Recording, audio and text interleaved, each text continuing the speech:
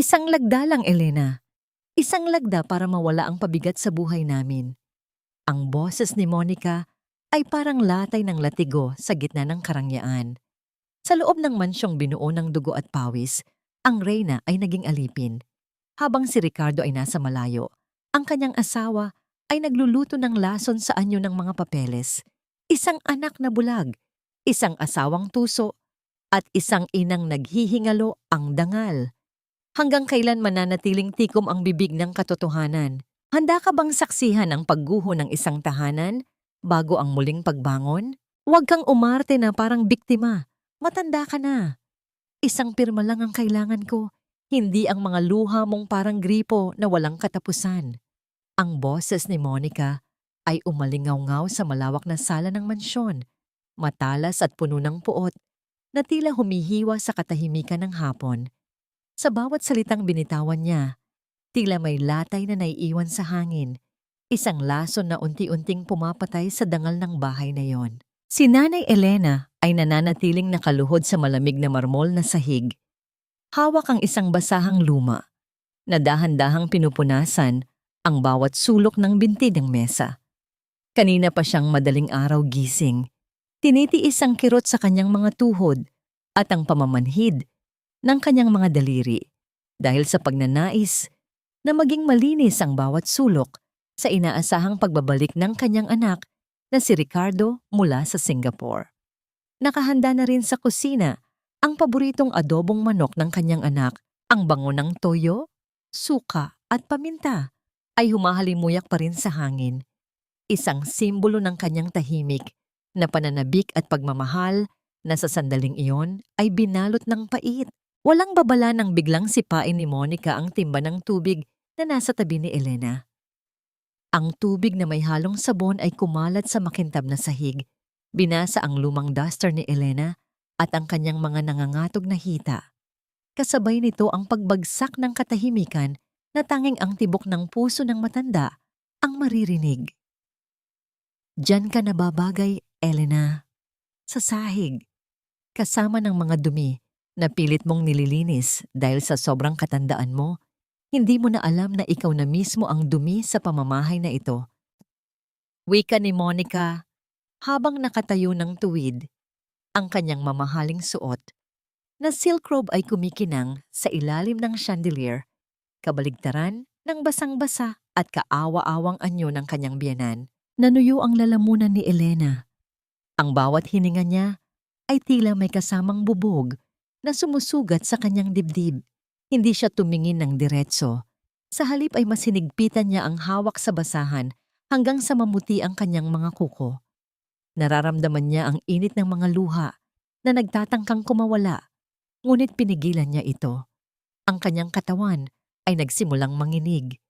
Hindi dahil sa lamig ng tubig, kundi dahil sa bigat ng kawalang katarungan na dumadagan sa kanyang pagkatao. Ang mansyong ito, na itinayo nila ng kanyang yumaong asawa mula sa hirap at pangarap, ay naging isang kulungan kung saan ang kanyang boses ay unti-unting binubura.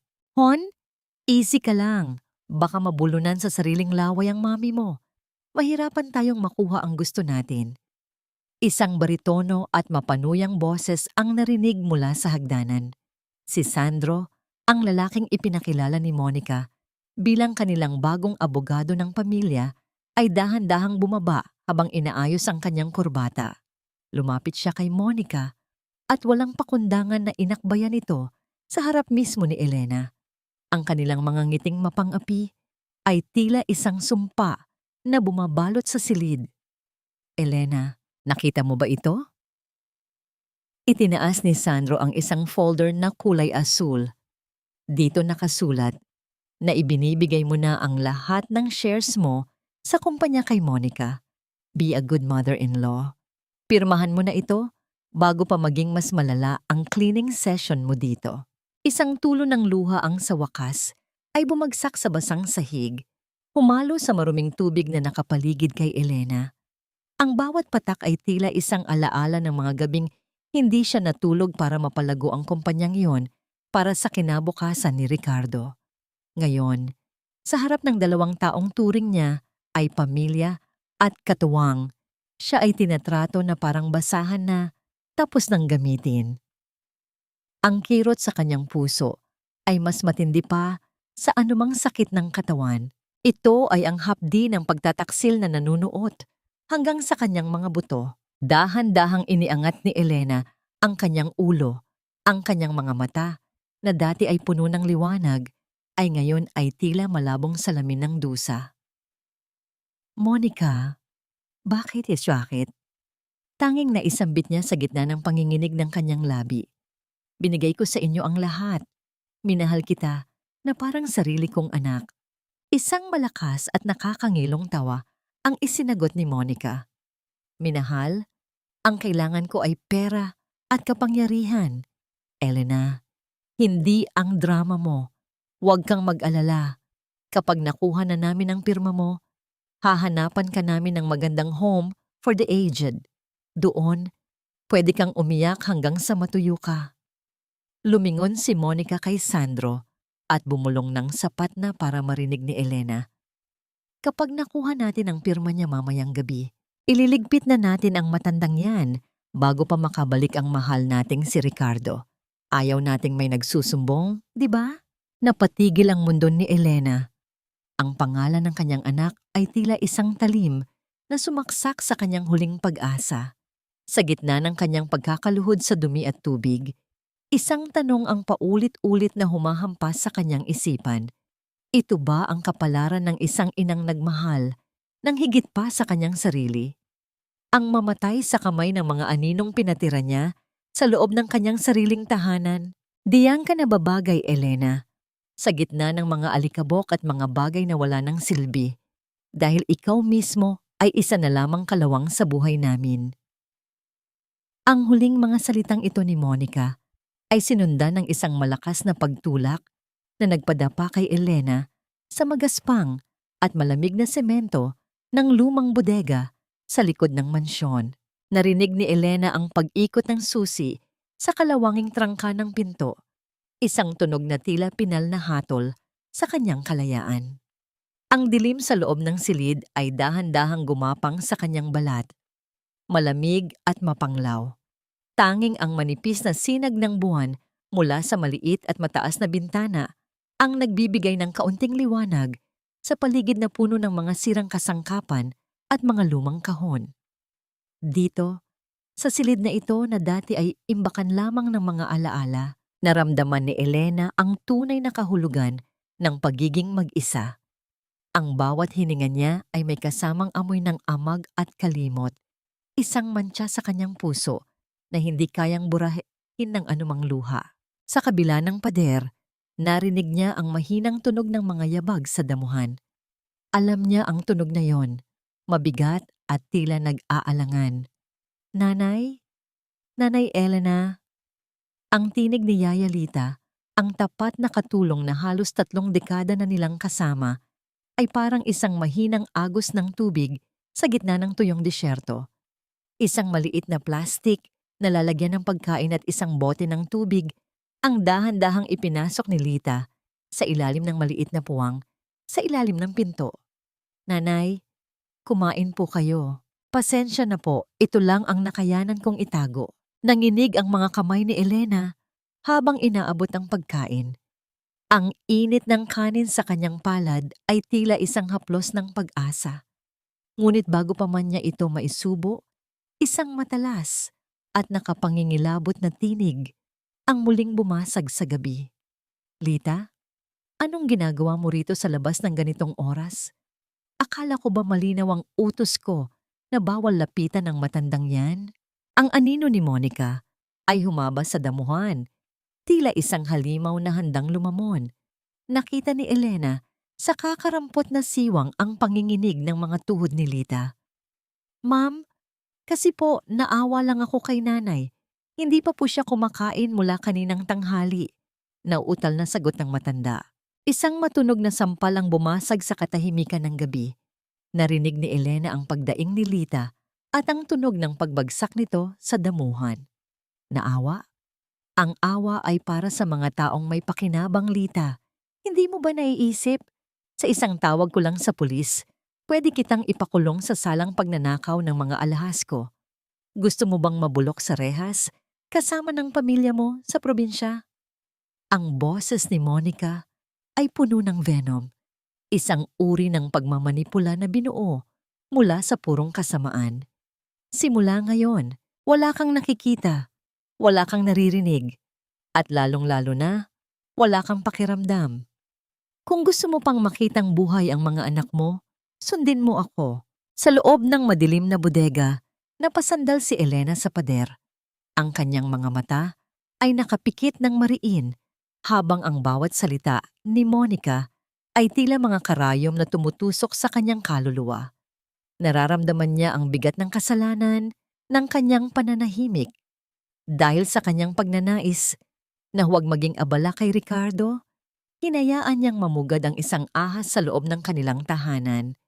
Ngayon, hindi lang siya ang nasasaktan, pati ang mga inosenteng tao sa paligid niya ay nadadamay sa apoy ng kasakiman ni Monica. "Patawad, Lita. Patawad, Ricardo." Bulong ni Elena sa hangin. Ang kanyang boses ay halos hindi marinig sa gitna ng huni ng mga kuliglig. Inisip niya ang kanyang anak na si Ricardo, ang kanyang tawa, ang kanyang mga pangako na aalagaan siya habang buhay. Ngunit paano siya ililigtas ng kanyang anak kung ang pinakamalapit na tao rito ay ang mismong nagluluto ng kanyang kamatayan? Habang yakap ang kanyang sarili, sa gitna ng kadiliman, naramdaman ni Elena ang isang matigas na bagay sa loob ng bulsa ng kanyang duster. Isang lumang susi, ang susi. Sa lihim na lasi, sa silid ng kanyang yumaong asawa. Isang susing nakalimutan ni Monica na kunin. Sa sandaling iyon, sa kabila ng takot at panghihina, isang maliit na kislap ng determinasyon ang nagsimulang mabuo sa dibdib ng matanda.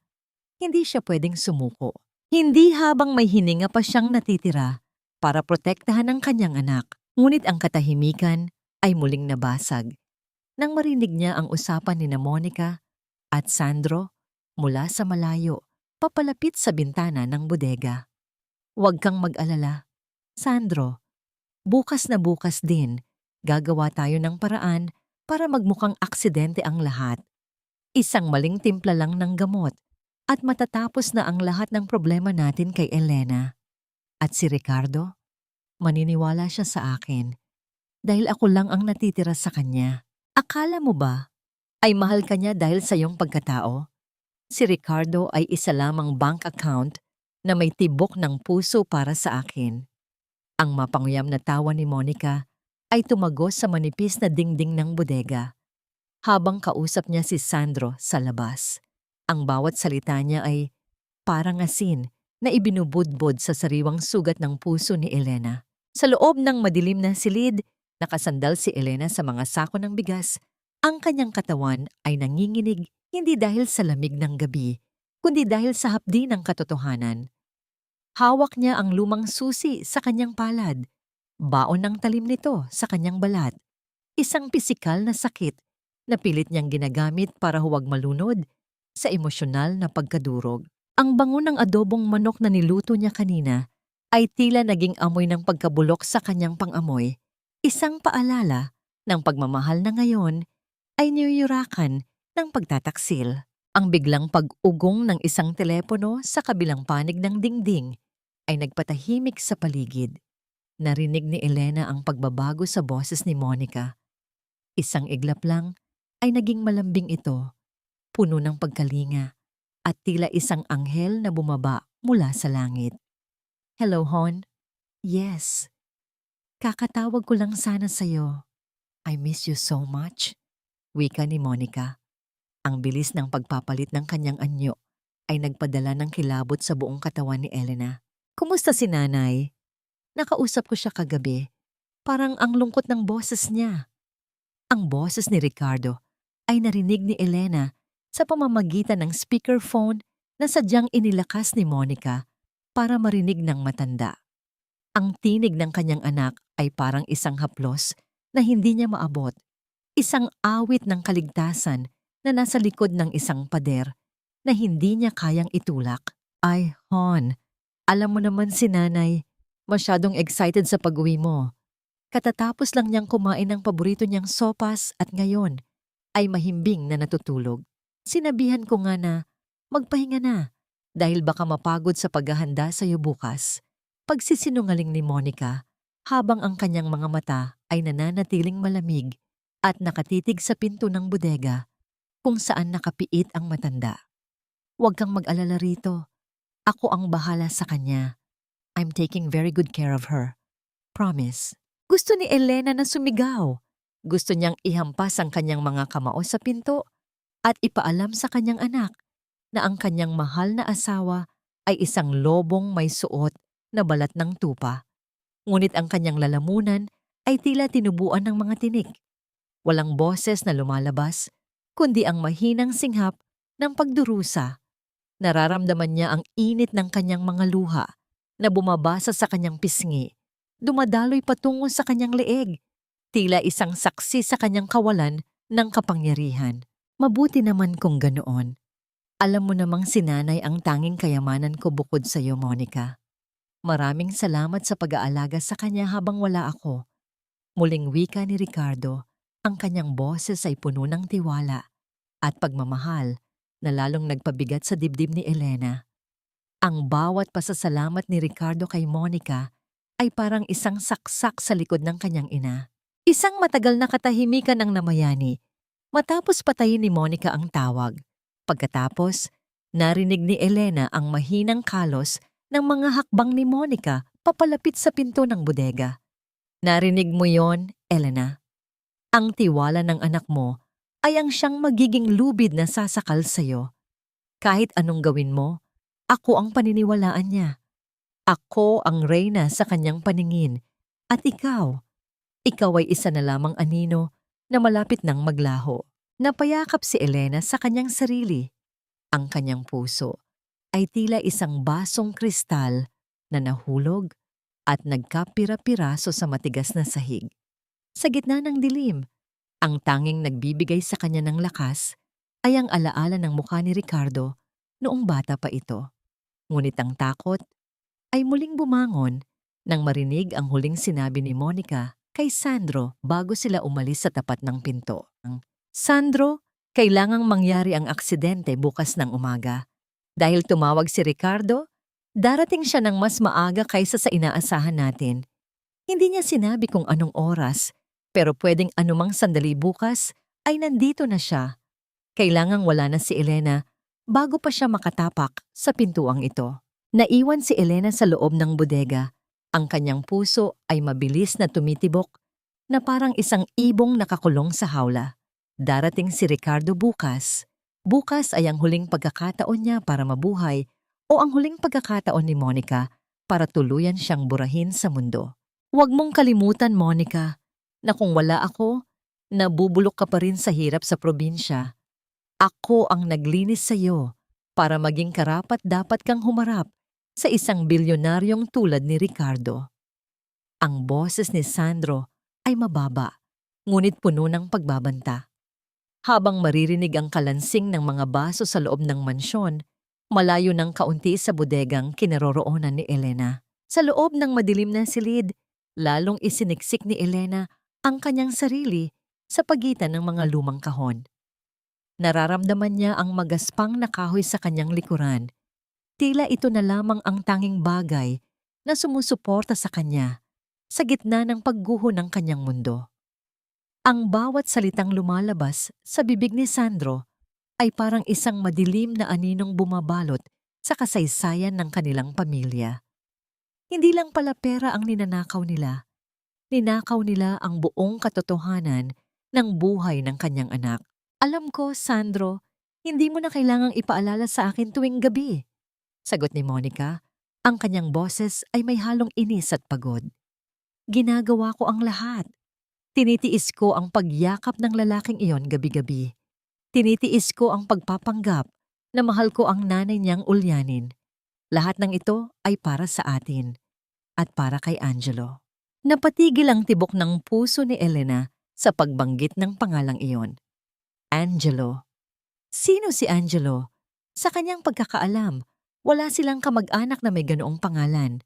Isang malamig na pawis ang gumapang sa kanyang noo habang pilit niyang inuunawa ang mga piraso ng puzzle na unti-unting nabubuo sa kanyang isipan. Siguraduhin mo lang, Monica, dahil lumalaki na ang bata sa Amerika, ang perang kinukuha natin dito, iyon ang bumubuhay sa anak nating dalawa. Patuloy ni Sandro. Ang boses niya ay wala ng bahid ng pag-aalinlangan. Isang malaking kasinungalingan ang kasal niyo ni Ricardo. Isang mahabang palabas na kailangang matapos na bukas. Kapag nawala na ang matanda at nakuha na natin ang kontrol sa mana, iiwan mo na ang lalaking iyon at magsasama na tayo sa ibang bansa. Ang bawat hininga ni Elena ay tila isang pagsisikap na huwag sumigaw sa galit at pait. Ang babaeng itinuring niyang sariling anak, ang babaeng pinagkatiwalaan ni Ricardo ng kanyang puso at kinabukasan ay mayroon palang ibang pamilya. Isang bata na bunga ng pagtataksil bago pa man magsimula ang lahat. Ang buong pagsasama ni na Ricardo at Monica ay binuo sa ibabaw ng isang malalim at madilim na hukay ng panlilinlang. Sa gitna ng kanyang pagkabigla, dahan-dahang gumalaw ang kamay ni Elena patungo sa isang folder na naiwan sa tabi ng pinto ng bodega. Isang folder na nalaglag ni Sandro kanina nang sipain niya ang matanda. Sa tulong ng manipis na sinag ng buwan, dahan-dahan niyang binuksan ang folder. Doon, nakita niya ang isang lumang larawan. Isang larawan ni Monica na karga ang isang sanggol. At sa likod nito ay nakatayo si Sandro. Kapwa sila nakangiti ng buong tamis. Ang petsa sa likod ng larawan ay 1 taon bago pa man ikasal sina Ricardo at Monica. Isang matinding hapdi ang gumuhit sa dibdib ni Elena. Hindi lang pala pera ang nakataya rito. Ang buong dangal at puso ng kanyang anak ang nilalapastangan ng 2 taong ito. Ang utang na loob na laging isinusumbat ni Monica kay Elena ay isang malaking kabalintunaan. Sila ang may utang sa buhay na ninakaw nila mula sa kabutihan ni Ricardo. Nararamdaman ni Elena ang panginginig ng kanyang mga daliri habang hinahawakan ang larawan. Ang kanyang mga luha ay pumatak sa mukha ng sanggol sa litrato, hindi dahil sa galit sa bata, kundi dahil sa awa sa lahat ng inosenteng buhay na nadadamay sa kasakiman ng magkasintahang ito. Isang pait na tawa ang muntik nang kumawala sa kanyang mga labi. Ang mansyong ito na binuo nila ng kanyang asawa sa pamamagitan ng katapatan ay pinamumugaran na ngayon ng mga demonyong may suot na maskara ng pag-ibig. Monica, halika na rito. Itulog na natin ito. Maririnig ang tunog ng mga yabag ni na Monica at Sandro na paakyat sa 2 palapag ng mansyon. Bukas ang huling araw ni Elena sa bahay na ito. Pagkatapos noon, malaya na tayo. Naiwan si Elena sa dilim, yakap ang folder na naglalaman ng katotohanang wawasak kay Ricardo. Ang kanyang puso ay punong-puno ng takot. Ngunit may kasama na itong isang panibagong uri ng tapang. Hindi siya pwedeng mamatay bukas. Kailangan niyang mabuhay, hindi para sa sarili niya, kundi para ipamulat sa kanyang anak ang katotohanang nakatago sa ilalim ng magagandang ngiti ni Monica. Ngunit paano siya makakatakas? Ang pinto ay nakalak mula sa labas at ang kanyang katawan ay mahina na sa gutom at pagod. Habang tinititigan niya ang maliit at mataas na bintana, napansin niya ang isang bagay na kumikinang sa ilalim ng cabinet. Isang matalim na piraso ng bakal, isang lumang pait na ginagamit sa pagkumpuni ng mga meubles. Huwag kang gagawa ng kahit anong ingay, Elena. Kung ayaw mong mabulok ang pamilya ni Lita sa kangkungan, isang maling galaw mo lang, sisiguraduhin kong hindi nasisikatan ng araw ang mga anak ng katulong mong iyan. Ang boses ni Monica ay parang bulong ng isang demonyo sa tainga ni Elena habang sa pilitan niya itong binihisan ng isang malinis na duster sa loob ng maruming bodega. Sa labas ng mansyon, maririnig ang masayang boses ni Aling Tessie, ang matalik na kaibigan ni Elena at kapitbahay nila sa loob ng maraming taon. May dalang kakaninang matanda, isang tradisyon nila Tuwing darating ang hapon, hindi hinayaan ni Monica na makita ni Tessie ang bodega. Kaya naman sa isang iglap, kinaladkad niya si Elena patungo sa main dining area. Ang bawat hakbang ni Elena ay puno ng panginginig. Ang kanyang mga tuhod ay tila gawa sa marupok na kawayan na anumang sandali ay bibigay sa ilalim ng bigat ng kanyang dusa. "Oh, Tessie, sakto ang dating mo. Kakagising lang ni nanay mula sa kanyang hapon na idlip." Masayang bati ni Monica pagkapasok nila sa silid kainan. Ang kanyang nangiti ay napakatamis. Isang perpektong maskara na kayang linlangin pati ang pinakamatalas na mata. Inalalayan niya si Elena na maupo sa kabisera. Ang kanyang mga kuko ay nakabaon sa braso ng matanda bilang babala. Naupo si Aling Tessie at inilapag ang dala niyang kutsinta. "Kumusta ka na, Elena? Bakit parang namumutla ka at ang lalim ng mga mata mo? May sakit ka ba?" Tanong ng kaibigan. Ang kanyang tinig ay puno ng tunay na pag-aalala na nagpabukal ng luha sa mga mata ni Elena. Bago pa man makasagot ang matanda, mabilis na sumingit si Monica habang nagtitimpla ng juice. "Naku, Tessie, alam mo naman ang mga matanda. Nitong mga nakaraang araw lalong lumalala ang kanyang demensya. Minsan ay hindi na niya kami nakikilala at madalas siyang umiiyak ng walang dahilan. Sabi ng doktor, bahagi na raw ito ng pagtanda niya." Isang malalim na buntong hininga ang pinakawalan ni Monica. Tila isang tapat na manugang na pagod sa pag-aalaga. Naramdaman ni Elena ang isang matinding hapdi sa kanyang puso. Ang gaslighting ni Monica ay walang hangganan. Ginagawa niyang sandata ang kanyang edad para palabasing baliw ang biktima. Tumingin si Elena kay Tessie, pilit na ipinaparating sa pamamagitan ng kanyang mga mata ang lahat ng sakit, ang lahat ng katotohanan. Gusto niyang abutin ng kamay ng kaibigan. Gusto niyang sumigaw ng saklolo. Dahan-dahang iniangat ni Elena ang kanyang nanginginig na kamay sa ibabaw ng mesa. Pilit na inaabot ang laylayan ng damit ni Tessie. Nakita niya ang pagtataka sa mga mata ng kaibigan. "Elena, may gusto ka bang sabihin?" Tanong ni Tessie habang dahan-dahang ibinababa ang kanyang baso. Sa ilalim ng mesa, naramdaman ni Elena ang kamay ni Monica na humawak sa kanyang kabilang braso. Hindi ito simpleng hawak. May hawak na matulis na perdible si Monica. Isang karayom na laging nakakabit sa kanyang robe para sa ganitong pagkakataon. Walang pag-aalinlangan na ibinaon ni Monica ang dulo ng karayom sa malambot na balat ng palad ni Elena. Napasinghap si Elena, ang kanyang buong katawan ay napatigas sa biglaang hapdi. Ang sakit ay gumuhit mula sa kanyang palad hanggang sa kanyang balikat. Ngunit pinilit niyang huwag sumigaw. Kinagat niya ang kanyang ibabang labi hanggang sa malasahan niya ang kalawang ng sariling dugo. Ang kanyang mga mata ay nanatiling nakatitig kay Tessie, punong-puno ng pagsusumamo, habang ang pawis ay nagsisimulang gumapang sa kanyang sentido. Ay, ayan na naman si nanay. Minsan ay bigla na lang siyang naninigas ng ganyan kapag sinusumpong ng kanyang sakit. Wika ni Monica, habang lalong ibinabaon ang karayom sa ilalim ng mesa. Ang kanyang mukha ay nanatiling kalmado, tila ba nakikipag-usap lamang tungkol sa panahon. "Tessie, pasensya na ha. Baka kailangan ko na siyang iakyat sa taas para uminom ng kanyang sedative. Masyado na siyang napapagod."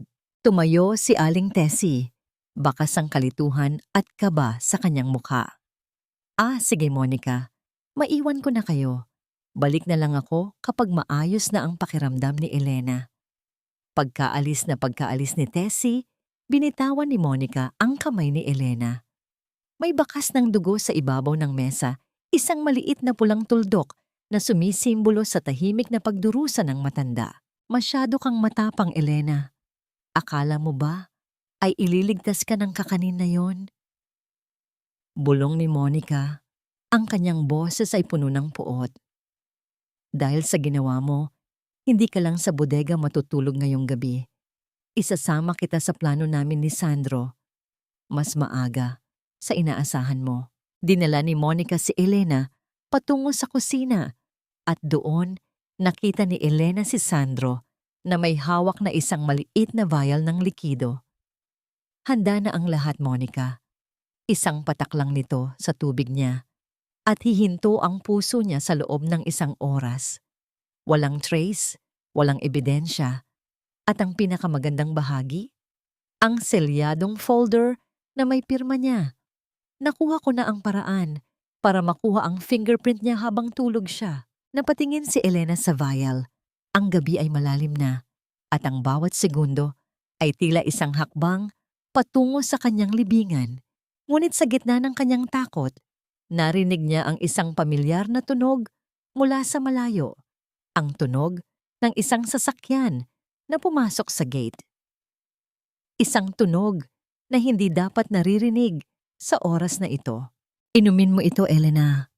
Huwag mong hintayin na ako pa ang magbukas ng bibig mo at pilit na isalaksak ang lason na ito sa lalamunan mo. Ang bulong ni Monica ay kasing talim ng patalim, habang ang kanyang mga mata ay nanlilisik sa ilalim ng malamlam na ilaw ng kusina. Hawak niya ang isang baso ng tubig na hinaluan ng vial na ibinigay ni Sandro. Isang likidong walang kulay, walang amoy, ngunit may dalang kamatayan. Sa labas, ang mga ilaw ng sasakyan ay gumuhit sa bintana, tila mga dambuhalang mata na sumisilip sa kadiliman ng mansyon. Ang tunog ng gulong sa graba ay unting huminto, at ang katahimikan na sumunod ay mas nakabibingi pa kaysa sa anumang sigaw. Naramdaman ni Elena ang paghinto ng pintig ng kanyang puso. Alam niya ang tunog na yon. Ang bawat piston ng makina, ang bawat huni ng preno, iyon ay ang sasakyan ni Ricardo. Ang kanyang anak ay nasa labas na. Sandro, itago mo yan! Bilisan mo! Utos ni Monica sa isang natatarantang tinig. Mabilis na naglaho si Sandro sa likod ng malaking cabinet sa pantry. Dala ang folder at ang mga ebidensya ng kanilang kataksilan. Sa isang iglap, binago ni Monica ang kanyang anyo. Ang kanyang galit ay napalitan ng isang mapagkumbabang ngiti habang pilit niyang pinauupo si Elena sa isang silya at mabilis na pinupunasan ang mantsa ng dugo sa kamay nito gamit ang kanyang sariling apron. Ang tunog ng pagbukas ng pinto sa harap ay umalingaw-ngaw sa buong bahay. Ang bawat yabag ng sapatos ni Ricardo sa sahig na kahoy ay tila isang kumpas ng orasan na nagbibilang ng nalalabing oras ni Elena. Monica, Nanay, nandito na ako. Ang boses ni Ricardo ay puno ng pagod, ngunit may kasamang pananabik. Isang tinig na dati ay nagbibigay ng kapayapaan kay Elena, ngunit ngayon ay nagdadala ng matinding takot para sa buhay nilang dalawa. Pumasok si Ricardo sa kusina, bit-bit ang kanyang maleta. Ang kanyang mukha ay bahagyang namumutla dahil sa mahabang biyahe, ngunit ang kanyang mga mata ay agad na naghahanap sa kanyang ina. Hon? Bakit gising pa kayo? Akala ko ba ay natutulog na si Nanay? Tanong ni Ricardo habang lumalapit para halikan ang asawa sa pisngi. Isang eksena ng pagmamahal na tila isang lason sa paningin ni Elena. Kagigising lang niya, Hon. Sinumpong kasi ng kanyang ubo, kaya ipinagtimpla ko siya ng mainit na tubig na may gamot. Sagot ni Monica nang walang kukurap-kurap habang ang kanyang kamay ay nakapatong sa balikat ni Elena. Tila isang mapagmahal na haplos, ngunit sa totoo ay isang babala na huwag magsalita. Inabot ni Monica ang baso ng gamot at inilapit ito sa mga labi ni Elena. O Nanay, inumin mo na ito para guminhawa ang pakiramdam mo bago ka matulog. Tiningnan ni Elena ang baso. Ang tubig ay tila kumikinang sa ilalim ng ilaw. Isang imbitasyon patungo sa kabilang buhay. Tumingin siya kay Ricardo, ang kanyang anak, na nakatayo lang sa harap niya. Walang kamalay-malay na ang kanyang ina ay pilit na pinapainom ng kamatayan sa harap mismo ng kanyang mga mata. Gusto ni Elena na ihampas ang baso. Gusto niyang sumigaw, Ricardo, iligtas mo ako. Ngunit ang takot para kay Yaya Lita at ang banta ni Monica ay tila isang mabigat na kadena sa kanyang leeg. Inumin mo na, Nay, para makapagpahinga ka na. Udyok ni Ricardo, Ang kanyang boses ay puno ng katapatan. Salamat, Monica, sa pag-aalaga sa kanya habang wala ako. Dahan-dahang itinaas ni Elena ang kanyang nanginginig na kamay patungo sa baso. Ang kanyang mga daliri ay dumikit sa malamig na bubog. Sa sandaling iyon, napansin ni Ricardo ang isang bagay. Lumapit siya at hinawakan ang kamay ng kanyang ina. Nay, bakit may sugat ang palad mo? At bakit nanginginig ka ng ganito? Napatigil ang mundo ni Monica. Ang kanyang puso ay tila tumalon sa kanyang lalamunan. Ano yan, Hon? Aksidente niyang nahawakan ang tinidor kanina habang kumakain. Alam mo naman si nanay, medyo malabo na ang paningin. Mabilis na palusot ni Monica habang ang kanyang mga mata ay nagbabanta kay Elena. Kinuha ni Ricardo ang kamay ni Elena at tinitigan ang sugat mula sa perdible na ginamit ni Monica kanina. Ang sugat ay maliit ngunit malalim at mayroon pa ring bahagyang pamumula sa paligid nito.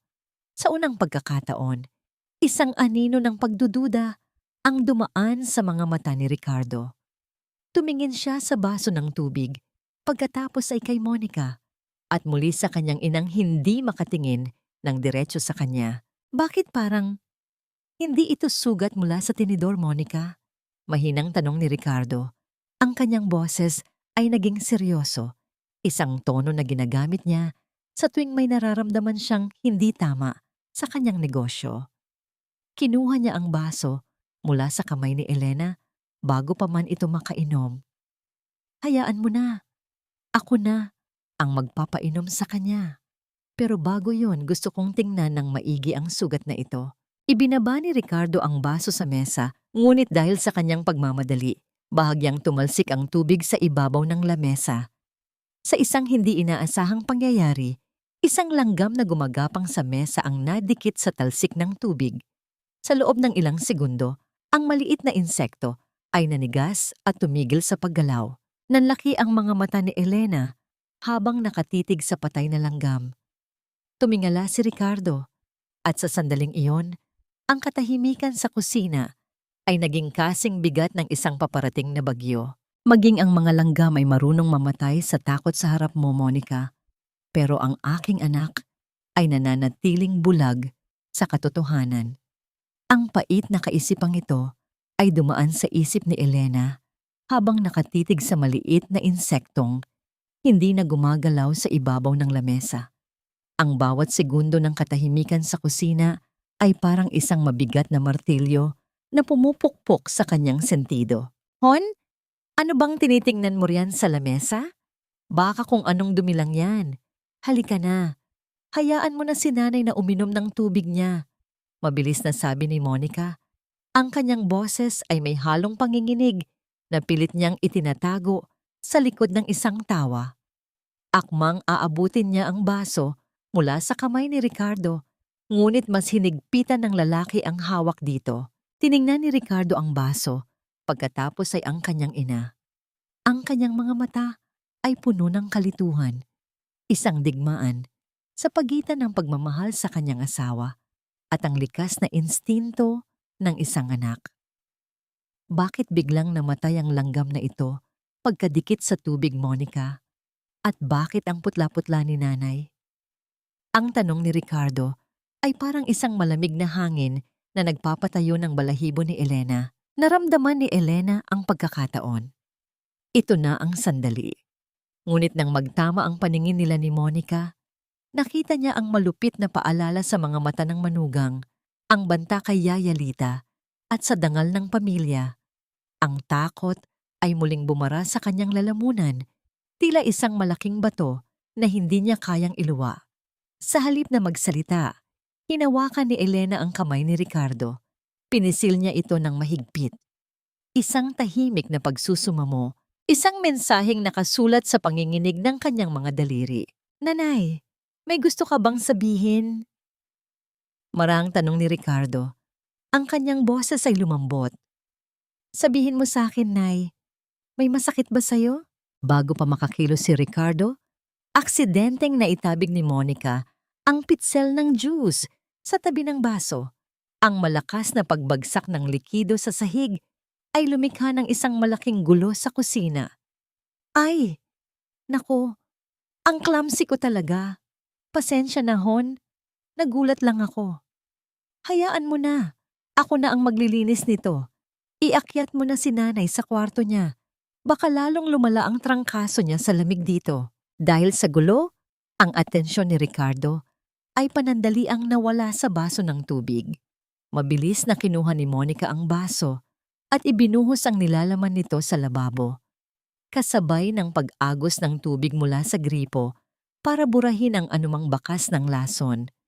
Ang bawat patak ng tubig na nawawala sa imburnal ay parang pag-asang unti-unting naglalaho para kay Elena. Halika nanay, iakyat na kita. Inalalaya ni Ricardo ang kanyang ina. Habang paakyat ng hagdan, naramdaman ni Elena ang bigat ng bawat hakbang. Ang mansyong ito, na dati ay puno ng tawanan, ay tila naging isang malaking libingan na pinalalamutian ng mga mamahaling gamit. Pagdating sa pinto ng kanyang silid, lumingon si Elena kay Ricardo. Gusto niyang sabihing, huwag itong matulog sa tabi ni Monica. Gusto niyang sabihing mag-ingat ito. Ricardo, anak. Ang kanyang boses ay halos pabulong na. Bakit, Nay? Matulog kang mahimbing at huwag kang bibitiw sa panalangin. Tanging naisambit niya. Isang simpleng paalala, ngunit baon dito ang lahat ng kanyang pangamba. Nang maiwan si Elena sa kanyang silid, muli niyang narinig ang pag-ikot ng susi mula sa labas. Muli siyang ibinalik sa kanyang piitan. Ngunit sa pagkakataong ito, hindi siya susuko. Nilapitan niya ang kanyang cabinet at kinuha ang maliit na piraso ng bakal na naitago niya kanina sa bodega. Ang kanyang mga kamay ay nanginginig, ngunit ang kanyang puso ay nagniningas sa determinasyon. Samantala, sa master bedroom, nakahiga si Ricardo sa tabi ni Monica. Ang kanyang asawa ay tila mahimbing nang natutulog, ngunit ang isipan ni Ricardo ay bumabalik sa kusina. Ang patay na langgam, ang sugat sa kamay ng kanyang ina, ang takot sa mga mata nito, dahan-dahan siyang bumangon at lumapit sa bintana. Tinititigan ang dilim sa labas. Isang mahinang kalos ng pinto ang narinig ni Ricardo mula sa pasilyo. Isang tunog ng mga yabag na hindi pagmamay-ari ng sinumang katulong sa bahay. Dahan-dahan niyang binuksan ang pinto ng kwarto at sumilip sa dilim. Doon, nakita niya si Monica na dahan-dahang naglalakad patungo sa opisina ni Ricardo. Kasunod si Sandro. Siguraduhin mo, Sandro, na wala tayong naiwang ebidensya sa kusina. Ang bulong ni Monica ay umalingaw-ngaw sa tahimik na pasilyo. Kapag nagising si Ricardo bukas, kailangang maayos na ang lahat. Ang folder na yon, nasaan na? Nasa loob ng safe mo, Monica. Huwag kang mag-alala. Bukas, pag-alis ni Ricardo para sa emergency meeting na inimbento natin, tatapusin na natin ang usapan kay Elena. Nanigas si Ricardo sa kanyang kinatatayuan. Ang bawat salita ay parang isang kidlat na tumama sa kanyang puso, winawasak ang lahat ng paniniwalang binuo niya sa loob ng maraming taon. Ang kanyang asawa, ang babaeng pinakamahal niya, ay nagpaplano ng masama laban sa kanyang ina. Dala ang bigat ng katotohanang bumagsak na parang kidlat sa kanyang dibdib. Dahan-dahang sumara ang pinto ng kwarto ni Ricardo. Ang kanyang mga paa ay tila nakadikit sa sahig. Hindi makagalaw, hindi makahinga. Ang tunog ng mga yabag ni na Monica at Sandro na papalayo ay tila bumibigat sa kanyang pandinig. Bawat kaluskos ay isang paulit-ulit na paalala ng malaking kasinungalingan na bumalot sa kanyang buhay. Sa kanyang isipan, ang mga imahe ay naghahalo-halo. Ang sugat sa palad ni Nanay Elena, ang namumutlang mukha nito, ang patay na langgam, at ang mga salitang narinig niya mula sa pasilyo, ang folder, ang ebidensya, ang panganay sa Amerika, at ang pinakamalupit sa lahat, ang plano para kay Nanay Elena. Parang isang malaking puzzle ang nabuo sa kanyang utak. Bawat piraso ay masakit, ngunit nagbibigay ng malinaw na larawan ng kasuklam-suklam na kataksilan. Walang nagawa si Ricardo kundi ang humanga sa galing ng panloloko. Si Monica, ang kanyang tapat na asawa, ang kanyang sandigan, ang kanyang minamahal, ay isang demonyo na may suot na balat ng anghel. At ang kanyang ina, ang kanyang nanay, na kailanman ay hindi siya ipinagpalit para sa anumang kayamanan, ay ang siyang biktima ng lahat ng ito. Sa gitna ng kanyang pagkabigla, naramdaman ni Ricardo ang pangangailangan na kumilos. Hindi na siya pwedeng maging manhid, hindi na pwedeng maging bulag. Ang kanyang anak na babae, si Angela, na nasa Amerika, ay ang unang pumasok sa kanyang isipan. Kung may anak si Monica kay Sandro, ito na marahil si Angela. Ang buong pagkatao niya ay nabalot ng pagdududa. Dahan-dahang bumaba si Ricardo mula sa ikalawang palapag. Ang kanyang bawat hakbang ay mas maingat kaysa sa dati. Hindi siya gumawa ng kahit anong ingay na maaaring makarinig ang kanyang natutulog na asawa o ang mga kasabwat nito. Ang kanyang unang puntahan ay ang opisina ni Ricardo, ang lugar kung saan itinago ni Monica ang folder na binabanggit. Sa pamamagitan ng maliit na flashlight sa kanyang cellphone, masusing binuksan ni Ricardo ang bawat drawer ng kanyang desk. Inalam niya ang bawat sulok, ang bawat espasyo. Sa ilalim ng mga papeles ng negosyo, nakita niya ang isang maliit na safe na halos hindi napapansin. Alam niya ang password nito. Ibinigay ni Monica ang password sa kanya noong una silang nagpakasal. Sinabing para daw sa seguridad ng aming kinabukasan. Ngayon, ang kinabukasan na yon ay tila isang malaking kasinungalingan. Matapos ang ilang segundo ng paghihintay, nagbukas ang safe. Naroon ang isang folder na kulay asul, kaparehong kulay ng folder na narinig niyang binanggit ni Monica. Ang folder na ito ay tila naglalaman ng lahat ng kasinungalingan na binuo ng kanyang asawa. Sa ibabaw ng folder ay nakasulat ang pangalan ng kanyang ina, Nanay Elena. Dahan-dahang binuksan ni Ricardo ang folder. Sa loob, nakita niya ang mga papeles ng paglilipat ng ari-arian, mga medical records na may mga kasinungalingan tungkol sa demensya ni Nanay Elena, at mga kopya ng mga sulat mula sa isang abogado sa Amerika na nagpapaliwanag tungkol sa pagpapangalan ni Monica sa kanyang anak na si Angela bilang benepisyaryo ng isang malaking halaga ng pera. Pera na kinuha umano mula sa mana ng pamilya ni Ricardo. At ang pinakanakakabigla sa lahat, isang litrato. Isang litrato ni Monica na karga ang isang sanggol. Habang si Sandro ay nakatayo sa kanilang likuran, kapwa sila nakangiti. Ang petsa sa likod ng larawan ay 1 taon bago pa man siya ikasal kay Monica. Sa bawat pahina, ang mundo ni Ricardo ay lalong bumagsak. Ang kanyang pagmamahal, ang kanyang tiwala, ang kanyang pamilya. Lahat pala ay nabubuhay sa isang malaking kasinungalingan. Ang kanyang anak na si Angela, ang kanyang anak na akala niya ay ang kanyang kaligayahan, ay bunga pala ng kasalanan at panlilinlang. Pumikit si Ricardo. Pilit na pinipigilan ang mga luha na nagbabadyang tumulo.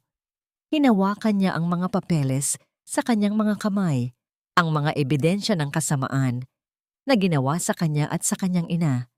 Hindi na niya pwedeng manahimik, hindi na niya pwedeng maging bulag.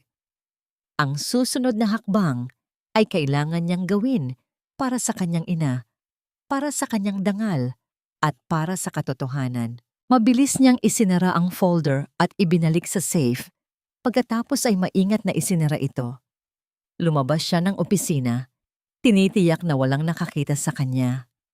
Sa kanyang paglalakad pabalik sa kwarto, ang kanyang mga mata ay tumingin sa pintuan ng bodega, ang lugar kung saan nakapiit ang kanyang ina. Kailangan niyang puntahan ito. Kailangan niyang malaman kung ano ang nangyari sa kanya. Dahan-dahan niyang binuksan ang pinto ng kwarto at pumasok. Nakita niya si Monica na tila mahimbing na natutulog sa tabi niya. Ngunit alam ni Ricardo ngayon na ang pagtulog na yon ay isa lamang pagpapanggap. Lumabas siya ng kwarto at nagtungo sa pasilyo, patungo sa direksyon ng bodega. Ang bawat hakbang niya ay puno ng determinasyon, isang bagong tapang na ipinanganak mula sa pagkawasak ng kanyang puso. Ang landas patungo sa bodega ay tila isang mahabang madilim na koridor, ngunit sa dulo nito, nakakita siya ng isang maliit na sinag ng pag-asa. Ang pag-asa na mabigyan ng hustisya ang kanyang ina at mabawi ang lahat ng nawala sa kanila dahil sa kasakiman at panloloko. Ang bawat hakbang ko sa pasilyong ito ay tila paglakad sa ibabaw ng mga bubog ng nakaraan. Masakit, nakakahiwa, at bawat patak ng dugo ay paalala ng aking pagkabulag. Ang kaisipang ito ay bumabalot sa isipan ni Ricardo habang dahan-dahan siyang lumalapit sa pinto ng silid ng kanyang ina. Ang mansyong ito, na dapat ay simbolo ng kanyang tagumpay at kanlungan ng kanyang pamilya, ay tila naging isang malamig at madilim na kabaong. Nang marating niya ang pinto, napatigil siya. Doon, nakita niya ang susi na nakasalpak pa sa labas ng trangka. Isang malinaw at masakit na katotohanan. Ang kanyang ina ay hindi pinagpapahinga, kundi ikinukulong.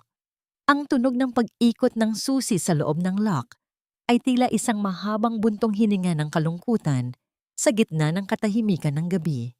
Dahan-dahan niyang itinulak ang pinto. Ang mahinang pag-ungol ng bisagra ay tila isang panaghoy na nagmula sa kailaliman ng lupa.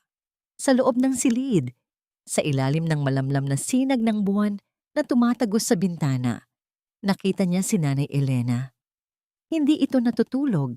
Nakaupo ang matanda sa gilid ng kama, yakap-yakap ang isang lumang litrato ni Ricardo noong bata pa ito. Ang kanyang mga balikat ay dahan-dahang gumagalaw sa bawat hikbi na pilit niyang tinitipon sa kanyang dibdib para hindi makalikha ng ingay. Nay! Ang bulong ni Ricardo ay halos hindi marinig, ngunit sapat na para mapatalon sa gulat ang matanda. Agad na itinago ni Elena ang maliit na piraso ng bakal na ginagamit niya sana sa pag-ungkat ng bintana. Ang kanyang mga mata ay nanlaki sa takot. Iniisip na baka si Monica o si Sandro ang pumasok para tapusin ang kanilang plano. Ngunit nang makilala niya ang anino ng kanyang anak, ang takot ay napalitan ng isang emosyong mas masakit pa sa kamatayan. Ang matinding pangungulila at ang pagnanais na protektahan ito hanggang sa huli. Ricardo, anak, bakit ka nandito? Baka magising si Monica. Nauutal na wika ni Elena habang mabilis na pinapahid ang kanyang mga luha gamit ang kanyang nanginginig na mga palad. Bumalik ka na sa kwarto mo, anak. Maayos lang ako rito. Magpahinga ka na. Hindi nakasagot si Ricardo. Lumapit siya at lumuhod sa harap ng kanyang ina sa mismong sahig na naging saksi sa tahimik na pagdurusa nito. Kinuha niya ang mga kamay ni Elena, ang mga kamay na nagpalaki sa kanya, ang mga kamay na may mga kalyo mula sa pagtatrabaho para sa kanyang kinabukasan, at ngayon ay may mga sugat mula sa kalupitan ng babaeng pinili niyang pakasalan.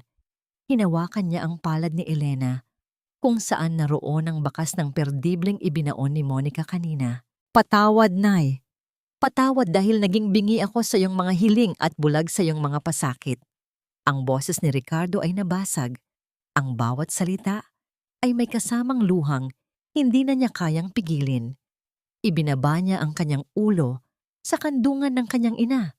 Tila bumabalik sa pagiging isang batang paslit na naghahanap ng kanlungan mula sa bagyo.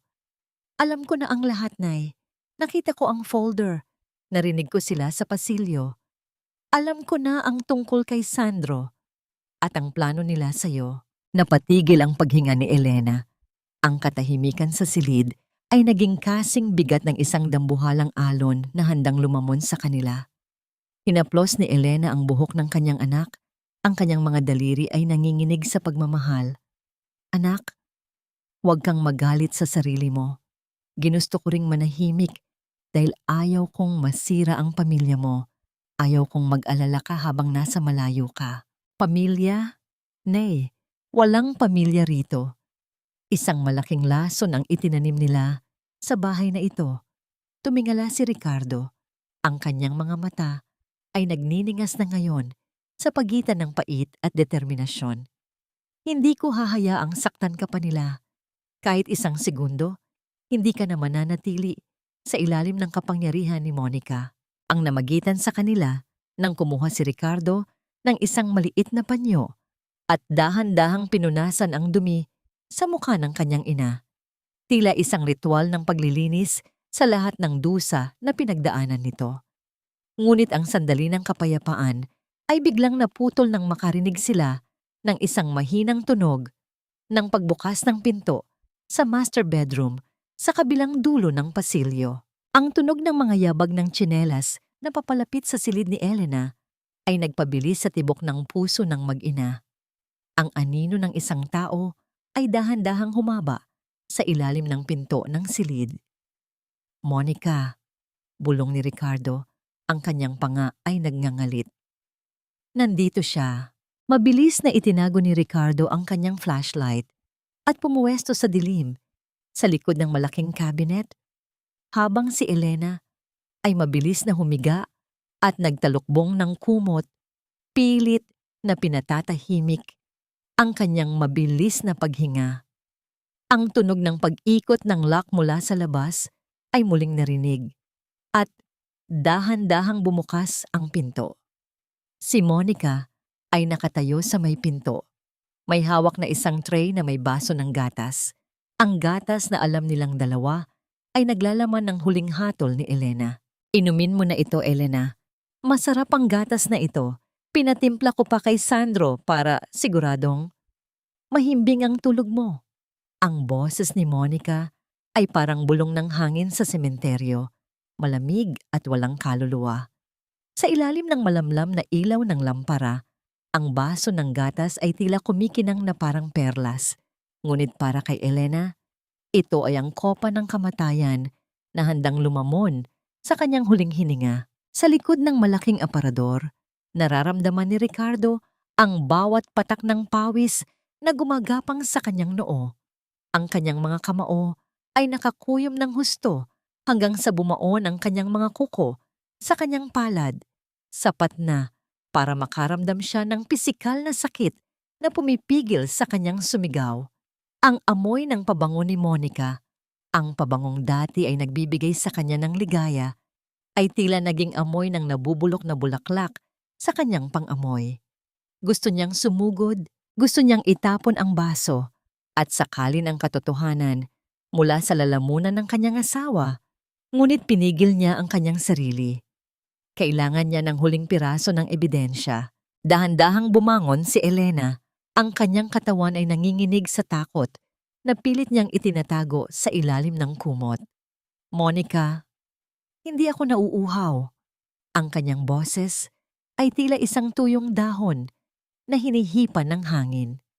Tumingin siya sa mga mata ni Monica, naghahanap ng kahit katiting na bahid ng konsensya, ngunit tanging ang refleksyon ng sarili niyang kamatayan ang kanyang nakikita. Huwag ka nang matigas ang ulo, Nay. Alam mo namang ayaw ko nang tinatanggihan ako. Di ba?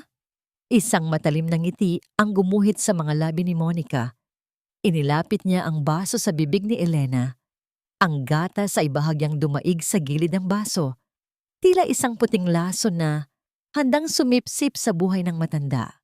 Sige na, inumin mo na para hindi ka na maging pabigat kay Ricardo, para makapagsimula na kami ng bagong buhay nang wala ka. Naramdaman ni Elena ang malamig na dulo ng baso sa kanyang labi. Sa sandaling iyon, ang takot ay napalitan ng isang kakaibang uri ng kapayapaan. Ang kapayapaan ng isang inang handang isuko ang lahat para sa kanyang anak. Monica, mahinang wika ni Elena, sana ay mapatawad ka ng Diyos sa ginagawa mo. Dahil ang pag-ibig na binuo sa kasalanan ay hindi kailanman magbubunga ng kaligayahan. Ang namayani ng sandaling hawakan ni Elena, ang kamay ni Monica, na may hawak ng baso. Hindi niya ito itinulak. Sa halip ay hinawakan niya ito ng mahigpit. Tinititigan ang manugang ng may halong awa. Masyado kang maganda para sa isang pusong ganito kadilim. Bulong ng matanda. Ang awa ni Elena ay tila naging mitya ng galit ni Monica. Wala akong pakialam sa awa mo. Inumin mo ito. Sigaw ni Monica. Nawala na ang lahat ng pagpapanggap. Sinunggaban niya ang panga ni Elena para pilit na ibuka ang bibig nito. Ang gatas ay nagsimulang tumulo sa dibdib ni Elena. Binabasa ang kanyang duster, tila isang puting mantsa ng kahihiyan. Ngunit bago pa man pumasok ang unang patak ng lason sa lalamunan ni Elena, isang malakas na tunog ng pagbagsak ng kahoy ang narinig mula sa gilid ng silid. Ang aparador ay bahagyang nayanig nang lumabas si Ricardo mula sa kanyang pinagtataguan. Ang kanyang anino ay dambuhalang bumalot sa buong silid, tila isang anghel ng kamatayan na dumating para sa paghuhukom. "Monica!" Ang sigaw ni Ricardo ay parang kulog na yumanig sa buong mansyon. Nabitiwan ni Monica ang baso. Ang tunog ng pagbasag ng kristal sa sahig ay tila isang huling hudyat ng pagkawasak ng kanilang pagsasama. Ang puting gatas ay kumalat sa sahig, humahalo sa mga piraso ng bubog, tila isang sining ng pagkakasala sa gitna ng silid. Maputla pa sa gatas ang mukha ni Monica. Habang dahan-dahang lumingon kay Ricardo, ang kanyang mga labi ay nangangatog at walang salitang lumalabas. Ricardo? Kanina ka pa ba riyan?" Nauutal na tanong ni Monica. Pilit na binabalik ang maskara ng pagiging inosente, ngunit ang kanyang mga mata ay nagsusumbong ng kanyang krimen. Hindi sumagot si Ricardo. Sa halip lumakad siya papalapit sa kanyang asawa. Ang bawat hakbang niya ay may kasamang tunog ng pagkadurog ng mga bubog sa ilalim ng kanyang sapatos. Isang tunog na tila bawat piraso ng kanyang puso ay nadudurog din sa bawat segundo. Tumigil siya sa harap ni Monica. Ang kanyang mga mata ay punong-puno ng pait na higit pa sa anumang lason. "Inumin mo, Monica," wika ni Ricardo sa isang malamig at nakapangingilabot na tinig. Ano? Itinuro ni Ricardo ang basang sahig kung saan naroon ang natitirang gatas sa loob ng isang malaking piraso ng basag na bubog. Sabi ko, "Inumin mo. Kung yan ang gamot na ibinibigay mo sa nanay ko, patunayan mo sa akin na ligtas iyan. Inumin mo sa harap ko ngayon din."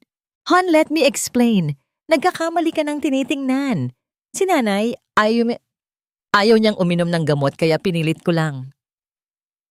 Ang boses ni Monica ay mabilis at mataas, puno ng desperasyon na tila isang hayop na nasukote sa bitag. Ang kanyang mga kamay ay nanginginig habang pilit niyang hinahawakan ang braso ni Ricardo, ngunit mabilis itong tinabig naman ng lalaki nang may halong pandidiri. Sa sahig, ang puting likido ay patuloy na kumakalat sa pagitan ng mga piraso ng bubog, tila isang mapait na sining ng kataksilan. Ang bawat patak ng gatas na humahalo sa alikabok ng sahig ay paalala ng lason na dapat sana ay nasa loob na ng katawan ni Elena. Si Ricardo ay nakatayo ng tuwid. Ang kanyang dibdib ay mabilis na bumabangon sa bawat galit na hininga. Ang kanyang mga mata, na dati ay puno ng paghanga kay Monica, ay ngayon ay tila dalawang nagbabagang uling na handang tumunaw sa lahat ng kasinungalingan. "Gamot, sa tingin mo ba ay ganun ako kauto-uto, Monica?" Ang boses ni Ricardo ay mababa, ngunit may dalang bigat na tila isang dambuhalang bato. Lumakad siya nang dahan-dahan papalapit sa kanyang asawa. Bawat tunog ng pagkapira-piraso ng bubog sa ilalim ng kanyang sapatos ay tila isang hatol ng kamatayan sa kanilang pagsasama. "Nakita ko ang folder sa opisina. Alam ko na ang tungkol kay Sandro. Alam ko na ang tungkol sa anak niyo sa Amerika. Ngayon, sabihin mo sa akin, anong klaseng gamot ang kailangan ni nanay para makuha niyo ang lahat ng mana?" Ang katahimikan sa loob ng silid ay naging kasing bigat ng isang paparating na bagyo. Napasandal si Monica sa dingding, ang kanyang mukha ay nawalan ng kulay, tila isang bangkay na binihisan ng magagandang damit. Sa gitna ng tensyon, isang anino ang gumalaw mula sa likod ng pinto. Dahan-dahang lumabas si Sandro, ang kanyang mukha ay wala ng bahid ng pagkukunwari. Hawak niya ang asul na folder. Ang kanyang mga mata ay malamig at puno ng kalkulasyon. "Tutal, alam mo na rin naman ang lahat, Ricardo. Huwag na tayong magbulhan, wika ni Sandro sa isang nakapangingilabot na kalmado na tono. Ang kumpanya, ang mansyong ito, ang lahat ng yaman ng pamilya mo, karapat-dapat lang iyan kay Monica dahil sa pagtitiis niya sa'yo at sa matandang yan sa loob ng maraming taon. Isang pirma na lang ang kailangan namin at matatapos na ang lahat ng ito ng tahimik. Pagtitiis? Halos mabulunan si Ricardo sa pait ng salitang yon. Ang nanay ko ang nagbigay sa inyo ng matitirhan. Ang kumpanya ko ang bumubuhay sa inyo. At ito ang isasagot nyo? Ang tangkaing patayin ng taong walang ginawa, kundi mahalin kayo? Isang hakbang ang ginawa ni Ricardo para protektahan si Elena. Iniharang niya ang kanyang katawan sa pagitan ng kanyang ina at ng mga mapagsamantala. Ang namagitan ng maramdaman ni Ricardo, ang maliit at nanginginig na kamay ni Elena sa kanyang likuran. Hindi ito humihingi ng paghihiganti. Sa halip, nararamdaman ni Ricardo ang panalangin ng kanyang ina sa bawat haplos nito. Ang lakas na nagmumula sa kamay ni Elena ang nagbigay kay Ricardo ng linaw ng isip sa gitna ng matinding galit. Hindi niyo makukuha ang kahit isang sentimo, wika ni Ricardo. Ang kanyang boses ay puno ng pinal na desisyon. Umalis kayo sa bahay na ito bago ko patawagin ang mga awtoridad. Iwan niyo ang folder na yan at baka hindi ko ituloy ang kaso ng attempted murder laban sa inyo. Ngunit isang mapait na tawa ang pinakawalan ni Monica. Ang kanyang takot ay biglang napalitan ng isang mapangahas na anyo. Tingin mo ba ay ganoon kadali iyon, Ricardo? Nakalimutan mo na ba si Yaya Lita? Isang utos ko lang kay Sandro at hindi na makikita ng mga anak niya ang kanilang ina. At si Angela? Ang anak mo na mahal mo, isang salita ko lang at hinding-hindi mo na siya makakausap muli. Napatigil si Ricardo. Ang pangalan ni Angela ay tila isang malakas na suntok sa kanyang sikmura. Kahit alam niyang hindi niya ito tunay na anak, ang pagmamahal na ibinigay niya rito sa loob ng maraming taon ay totoo. Ang kasamaan ni Monica ay walang hangganan. Handa nitong gamitin ang sariling anak bilang panakip sa kanyang mga krimen. Wala kang puso, Monica. Bulong ni Ricardo, ang kanyang mga mata ay puno ng pagkadismaya. Puso? Ang puso ay para sa mga mahihina, Ricardo. Ang gusto ko ay seguridad. Sagot ni Monica habang dahan-dahang lumalapit kay Sandro. Kinuha ni Sandro ang isang maliit na bagay mula sa kanyang bulsa, isang burner phone. Isang pindot ko lang dito, Ricardo. At ang plano naming aksidente para kay Elena ay maililipat sa ibang tao. Pili ka. Ang folder o ang kaligtasan ng lahat ng mahal mo sa buhay? Hamon ni Sandro habang ang isang nakakatakot na ngiti ay gumuguhit sa kanyang mga labi. Sa labas ng bintana, ang hangin ay nagsimulang umihip ng malakas. Niyayanig ang mga sanga ng puno ng mangga, tila isang babala na ang gabi ay malayo pa sa pagtatapos. Sa loob ng silid, si Elena ay dahan-dahang tumayo mula sa kama. Ang kanyang mukha ay puno ng isang kakaibang liwanag. Isang liwanag ng isang taong wala ng takot na mawalan ng anuman. Ang bawat patak ng pawis mo, Ricardo, ay katumbas ng bawat sentimong kukunin ko sa iyo. Huwag kang umarte na parang bayani. Dahil sa kwentong ito, ikaw ang talunan. Ang boses ni Monica ay parang hilaw na karne na hinihiwa ng kutsilyo, mabaho, matalas, at puno ng dugo ng kataksilan.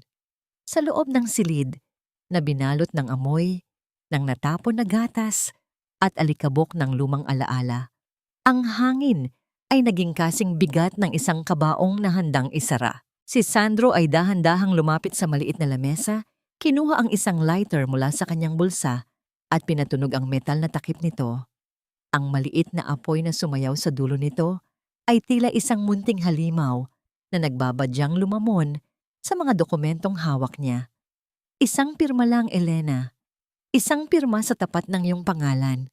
At titiyakin namin na makakatulog nang mahimbing ang lahat ng mahal niyo sa buhay. Pero kung tatanggi ka, inilapit ni Sandro ang apoy sa gilid ng asul na folder. Ang init nito ay tila humahalik sa papel. Hindi lang ang mana niyo ang masusunog, pati ang buhay ni Lita at ang kinabukasan ng batang itinuring mong apo ay abo na bago pa sumikat ang araw. Naramdaman ni Ricardo ang panginginig ng kanyang buong pagkatao. Ang kanyang mga mata ay nakatitig sa apoy, habang sa kanyang isipan ay naglalaban ang galit ng isang lalaking nalinlang at ang takot ng isang amang nagmamahal. Si Angela, ang tawa ng bata, ang mga yakap nito tuwing uuwi siya mula sa trabaho. Lahat ba yon ay bahagi lamang ng isang madilim na plano? Ang sakit ay hindi na lamang nasa kanyang puso. Ito ay nasa bawat hibla ng kanyang kalamnan, isang paralisis ng kaluluwa na dulot ng walang hanggang kasamaan ni Monica. Huwag mong idamay ang bata, Monica! Wala siyang kinalaman sa kasakiman niyo. Ang sigaw ni Ricardo ay may kasamang pait na tila lason sa kanyang lalamunan. Anak mo siya. Paano mo nasisikmurang gamitin ang sarili mong dugo at laman para sa pera? Anak ko siya, oo. At dahil anak ko siya, kailangan niya ng magandang buhay. Isang buhay na hindi mo maibibigay kapag nalaman mong hindi ka ang tunay niyang ama. Isang nakakapangilabot na tawa ang pinakawalan ni Monica. Ang kanyang mukha ay namumula sa pagitan ng poot at tagumpay. Pirmahan mo na, matanda. Ngayon na. Ang namayani. Nang biglang tumayo si Elena ng tuwid. Ang kanyang nanginginig na mga binti ay tila binigyan ng bagong lakas ng langit. Humakbang siya patungo sa harap ni Ricardo. Iniharang ang kanyang maliit na katawan sa panganib. Tila isang inang ibon na handang mamatay para sa kanyang inakay. Hinawakan niya ang palad ni Ricardo at sa gitna ng dilim, naramdaman ni Ricardo ang init ng pagmamahal ng kanyang ina. Isang init na mas malakas kaysa sa anumang apoy ni Sandro. Ibigay mo na ang folder, Sandro. Ang boses ni Elena ay mahinahon ngunit may awtoridad na hindi matitibag ng anumang banta. Pipirmahan ko ang lahat. Kunin niyo na ang lahat ng yaman, ang lahat ng pera, ang mansyong ito. Pero sa isang kondisyon, iwanan niyo ang anak ko. Huwag niyo nang muling lalapastanganin ang buhay ni Ricardo. Nay, huwag! Huwag kang papayag. Pigil ni Ricardo, ngunit tinitigan siya ni Elena nang may malalim na pag-unawa. Sa mga mata ng kanyang ina, nakita ni Ricardo ang huling sakripisyo, ang pagsuko sa material na bagay para sa kaligtasan ng kanyang kaluluwa. Inilatag ni Sandro ang folder sa ibabaw ng dibdib ng drawer. Inabot ni Monica ang isang pluma. Ang dulo nito ay kumikinang na parang tuka ng isang buwitre. Ayan, Elena, pirmahan mo na ang iyong kalayaan o ang iyong libingan. Dahan-dahang kinuha ni Elena ang ballpen. Ang kanyang mga kamay ay naging matatag sa huling pagkakataon. Nakatitig si Ricardo, ang kanyang puso ay tila isang tambol na mabilis na tumitibok sa bawat segundong lumilipas. Ang dulo ng pluma ay dumikit na sa papel, handa nang gumuhit ng isang linyang magpapabago sa kanilang kapalaran habang buhay. Ngunit bago pa man matapos ang unang titik ng kanyang lagda, ang katahimikan ng mansyon ay binuwag ng isang malakas at sunod-sunod na tunog ng paghampas sa pintuan sa ibaba. Ang tunog ay hindi nagmumula sa isang tao lang, kundi sa marami. Isang puwersa na hindi inaasahan ng sinuman sa loob ng silid. Nanlaki ang mga mata ni Monica. Ang kanyang mukha ay napalitan ng matinding takot habang ang tunog ng pagkapira-piraso ng kahoy sa ibaba ay umalingaw-ngaw hanggang sa itaas. Sino ang nasa labas? At ano ang katotohanang kasunod ng pagwasak sa kanilang mga pinto? Huwag kayong kikilos. Bitawan niyo ang mga dokumentong yan at itaas ang inyong mga kamay.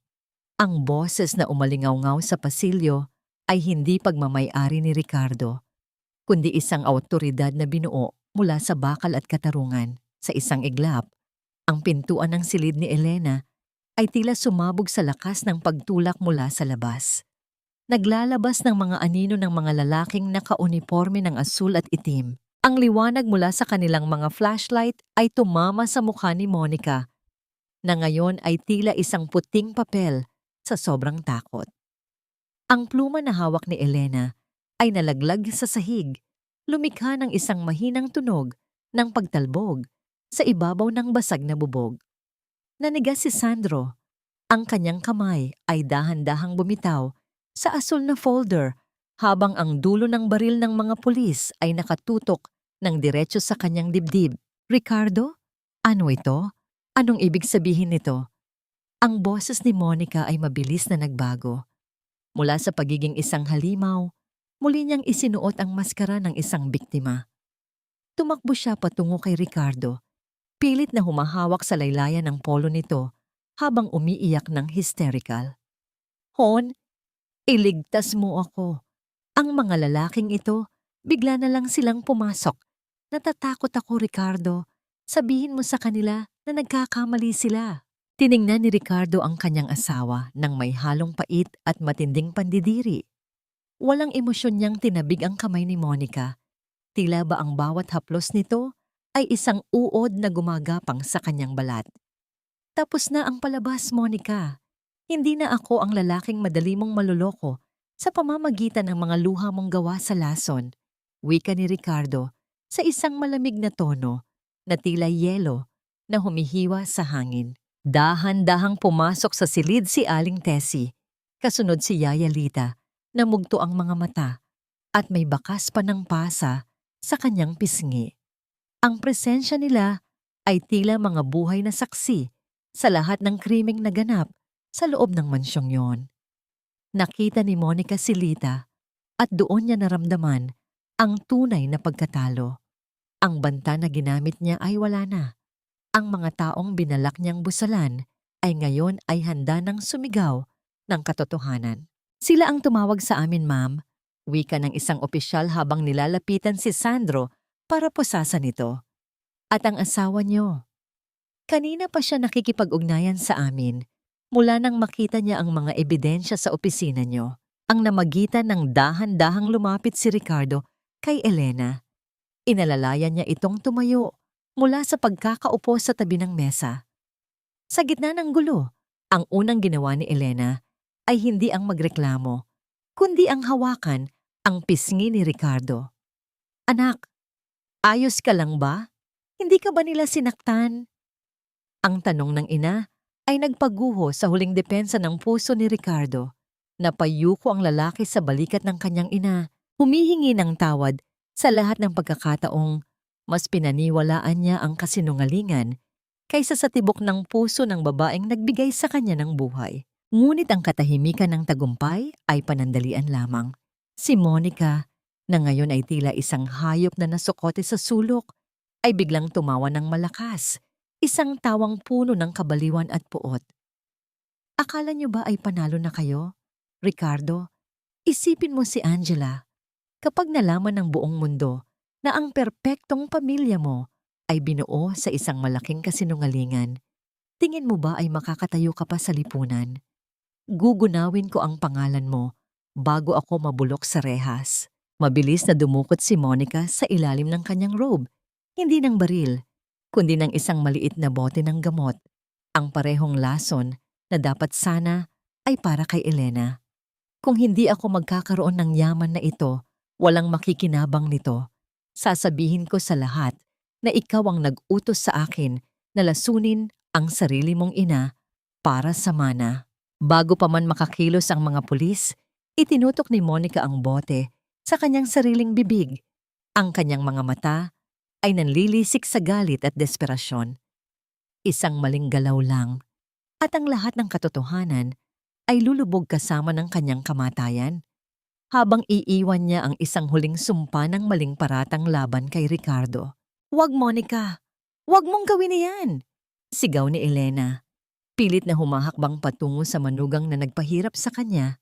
Ang kanyang pusong ina ay hindi pa rin kayang makita ang kapahamakan ng kahit na sinong tao. "Hindi mo ako matatakot sa kamatayan, Ricardo. Kung mawawala ang lahat sa akin, sisiguraduhin kong baon ko ang dangal mo sa aking hukay.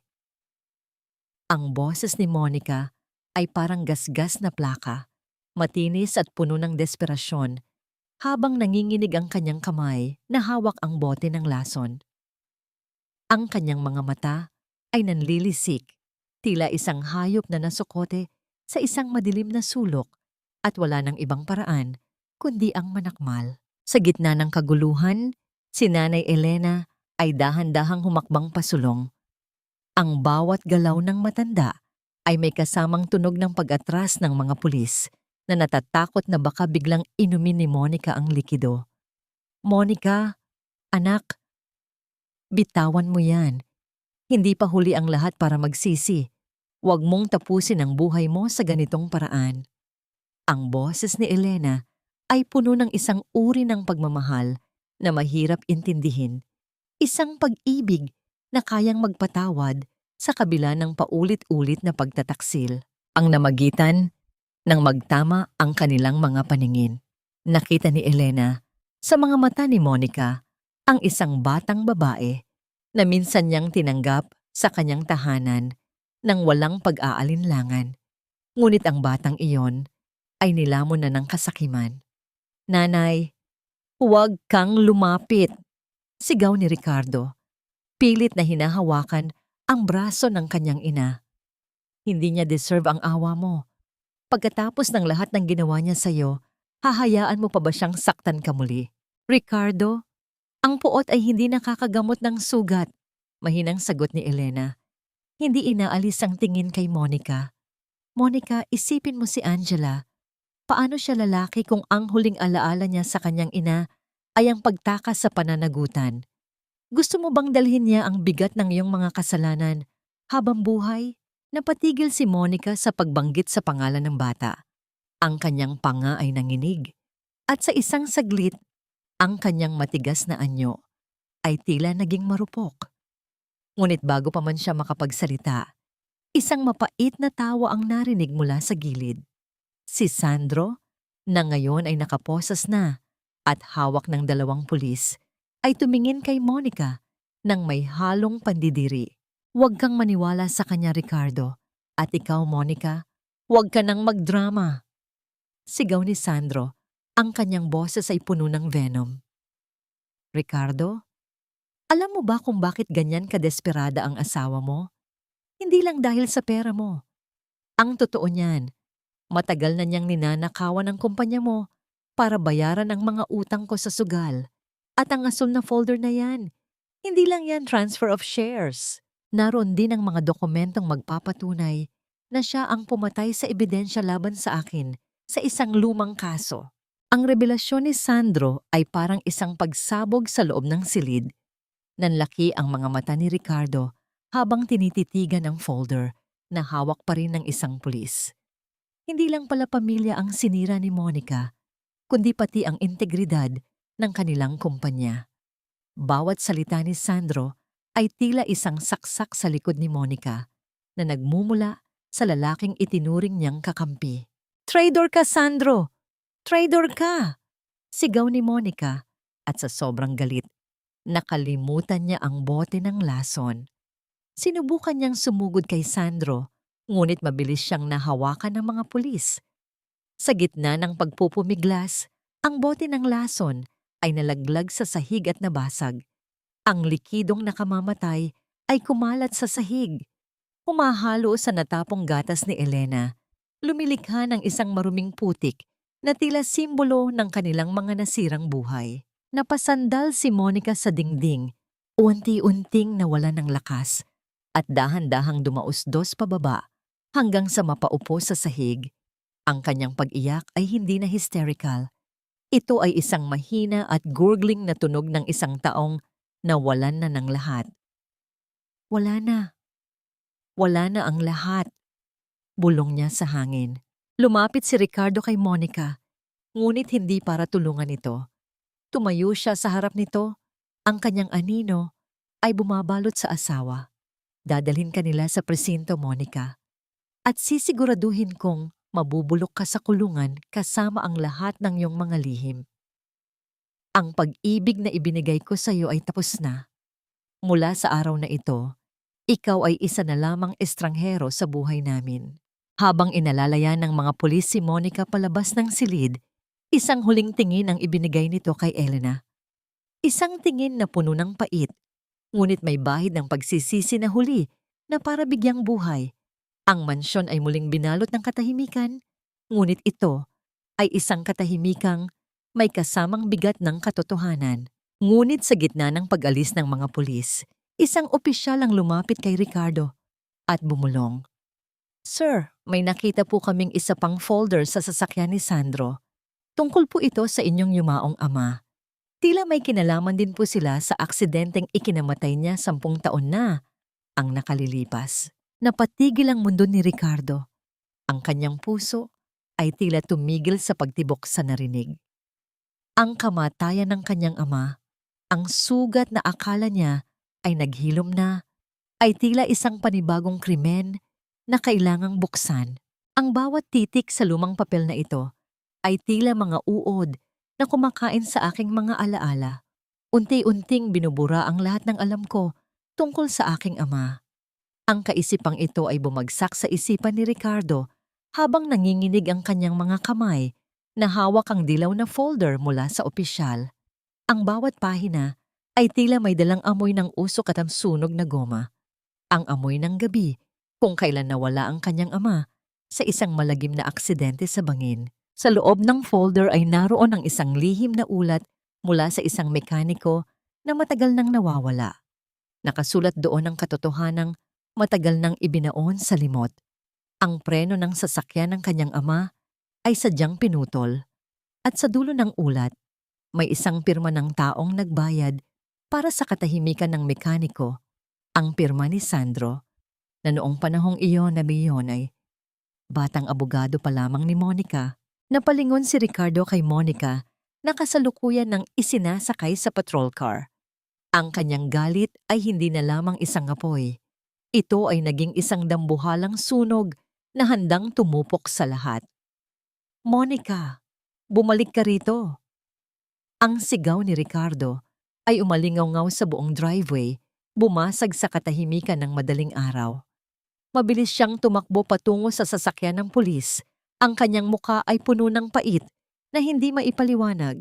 Napatigil ang mga pulis nang harangin ni Ricardo ang pinto ng sasakyan. Tumingala si Monica mula sa loob. Ang kanyang mga mata ay wala ng luha.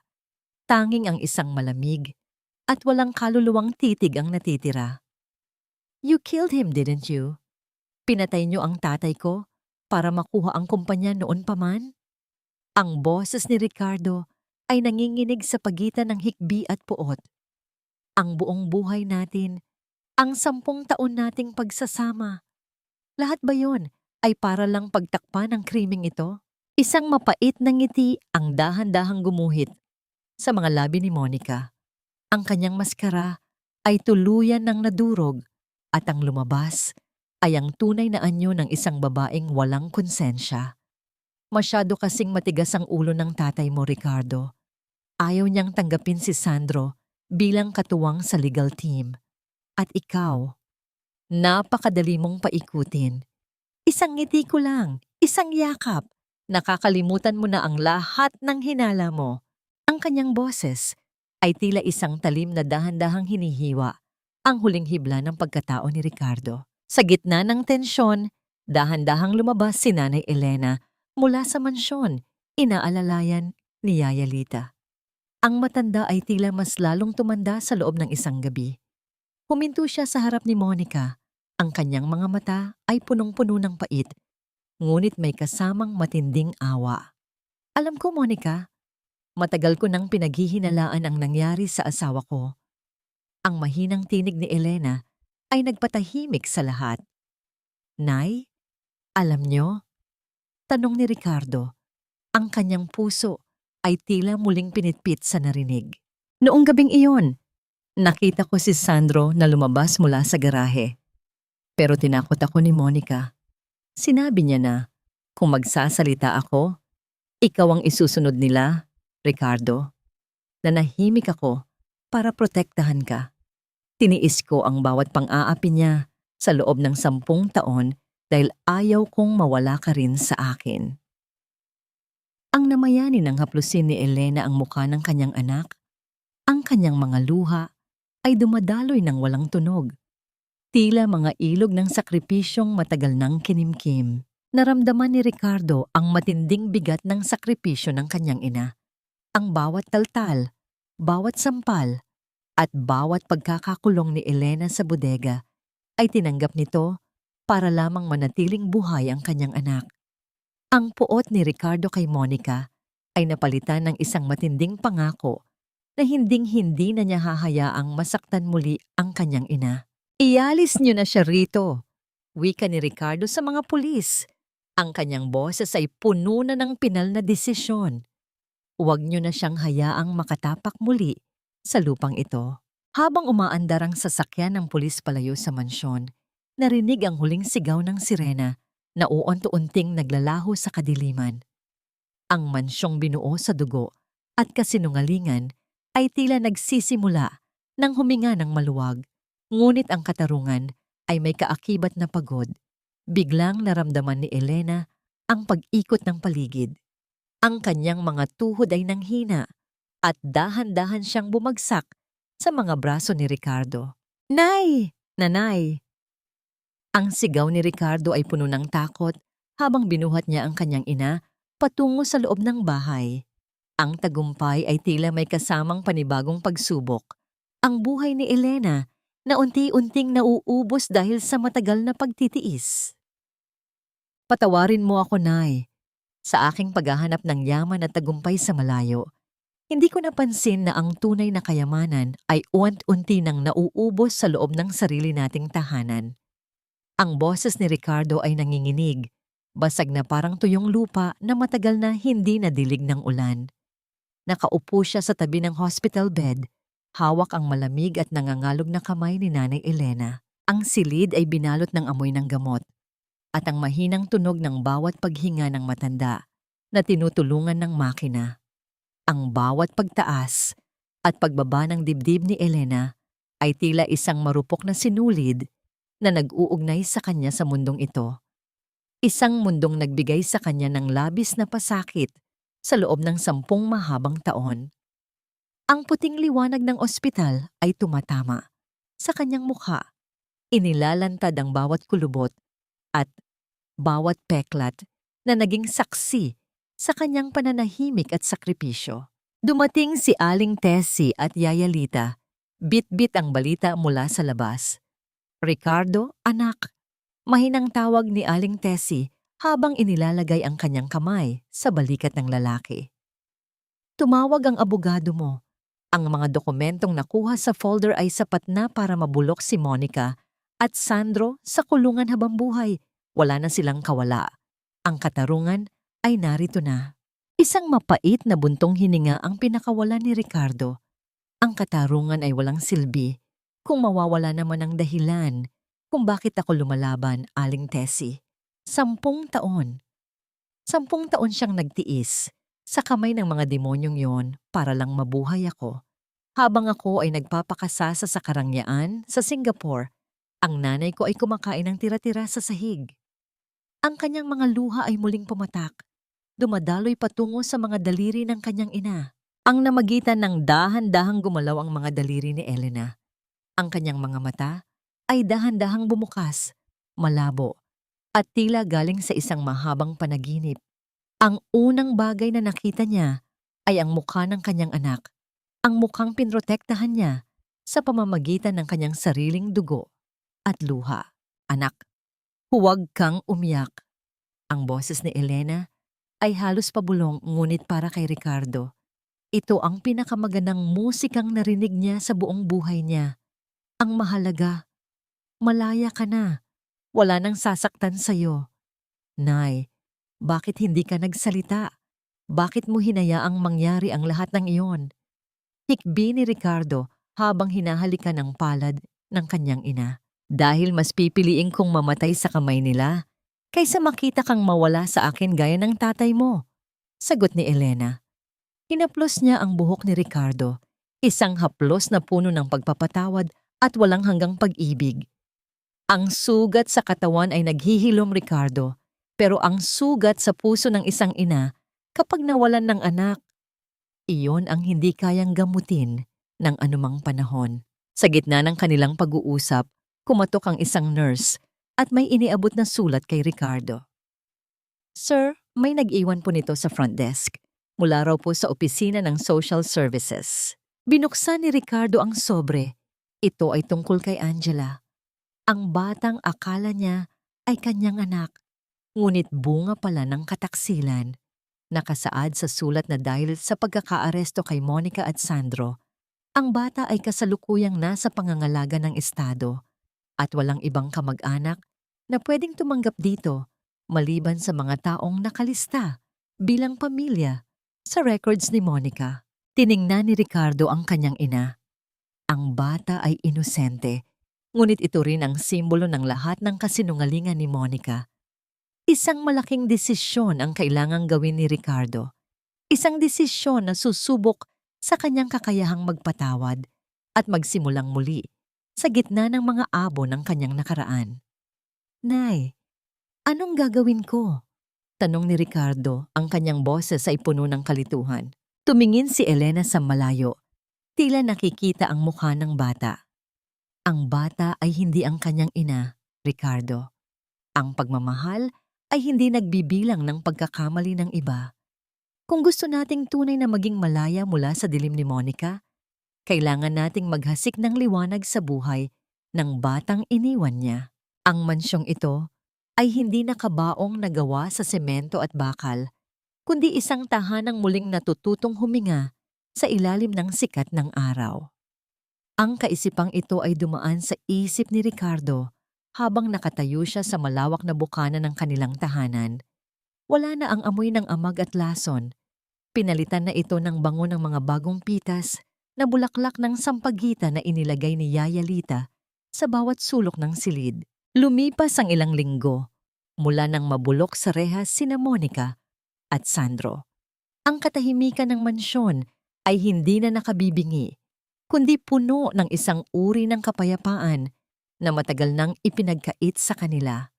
Sa labas, maririnig ang mahinang kalos ng walis tingting ni Lita sa bakuran, isang payapang tunog ng pagsisimula ng bagong umaga. Ngunit sa gitna ng katahimikang ito, may isang maliit na nilalang na kasalukuyang hawak ni Ricardo sa kanyang kamay. Si Angela. Tinitigan ni Ricardo ang bata. Sa bawat kurap ng mga mata ni Angela, nakikita niya ang anino ni Monica. Ang hugis ng iilong, ang bawat kislap ng mata. Ito ay isang masakit na paalala ng 10 taon ng panloloko. Naramdaman ni Ricardo ang bigat sa kanyang dibdib. Paano niya mamahalin ang bunga ng isang kataksilan? Paano niya ituturing na anak ang batang ginamit para saktan ang kanyang ina? Anak, huwag mong titigan ang dilim na pinanggalingan niya. Titigan mo ang liwanag na pwede mong ibigay sa kanya. Ang boses ni Elena ay narinig mula sa likuran. Nakatayo ang matanda sa may hagdanan, nakasuot ng isang malinis at puting duster. Bagamat may bahagyang panginginig pa ang kanyang mga hakbang, ang kanyang mukha ay puno na ng sigla at liwanag na tila hindi dumaan sa anumang dusa. Dahan-dahang lumapit ang bata kay Elena. Sa na nagpaiyak sa lahat ng nakasaksi, kinuha ni Angela ang kamay ng matanda at inilapat ito sa kanyang noo. Isang pagmamano, isang simbolo ng paggalang at pagtanggap. Naramdaman ni Elena ang init ng maliit na palad ng bata. Sa sandaling iyon, ang lahat ng pait, ang lahat ng sampal, at ang lahat ng gabing ginugol niya sa malamig na bodega ay tila naglaho. Walang kasalanan ng mga anghel sa kasalanan ng kanilang mga magulang, bulong ni Elena habang niyayakap ang bata.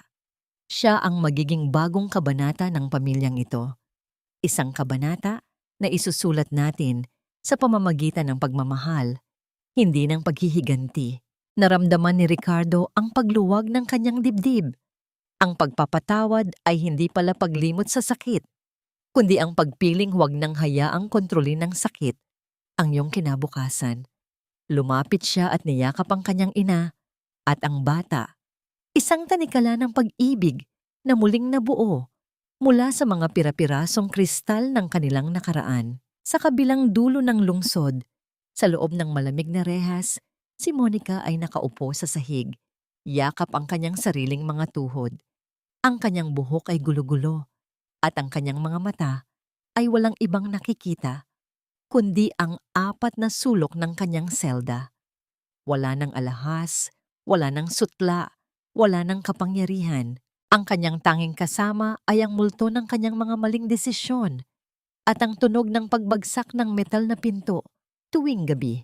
Isang tunog na magpapaalala sa kanya habang buhay na ang kasakiman ay may hangganan. Ricardo, Nay Elena, patawad.